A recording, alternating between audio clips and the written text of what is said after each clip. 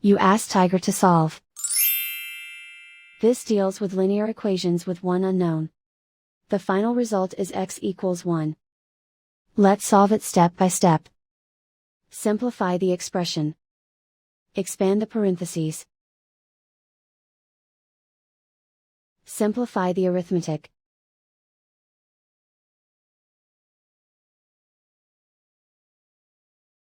Group all constants on the right side of the equation.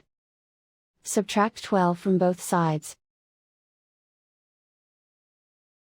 Simplify the arithmetic.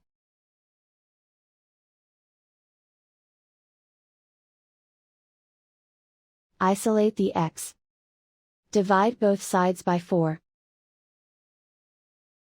Simplify the fraction.